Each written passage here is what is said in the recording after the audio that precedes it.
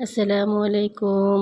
আপনাদের মাঝে আবারও নতুন একটা ভিডিও নিয়ে চলে আসলাম। সবাই একটু ধৈর্য সহকারে পুরো ভিডিওটা দেখবেন। ভালো লাগলে একটা লাইক, কমেন্ট, শেয়ার করে দিবেন। আমি প্রথমে চিকেনগুলো একটু ভেজে নিচ্ছি। ভাজা হয়ে গেলে দিয়ে দেবো পেঁয়াজ কুচি, গাজর কুচি, দিয়ে আবার একটু ভেজে নিব। ভাজা হয়ে গেলে সাথে দিয়ে দিব 2টা টমেটো, দিয়ে আবারও মিশিয়ে নিব খুব সুন্দর করে সব কিছু একসাথে। মিশানো হয়ে গেলে আমি 2টা ডিম দিয়ে দিব।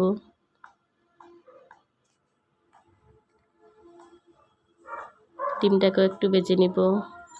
কেমন হয়েছে আমার লুডুস রান্নাটা অবশ্যই কমেন্ট করে জানাবেন।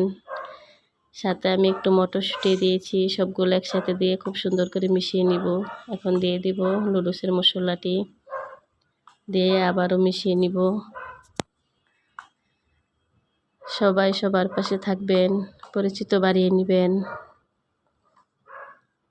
একদিন সবাই সফলতা অর্জন করতে পারবেন ইনশাল্লাহ। কেমন হয়েছে আমার লুডুস রান্নাটা কমেন্ট করে জানাবেন। আমার ভিডিওটি ভালো লাগলে ফেসবুক পেজটা ফলো দিয়ে সাথে থাকবেন।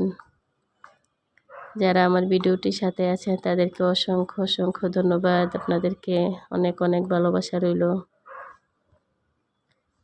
এই লুডুসটা একটু সবজি দিয়ে রান্না করে খেতে খুবই ভালো লাগে। আপনারা কে কীভাবে রান্না করে খান জানাবেন কমেন্ট করে।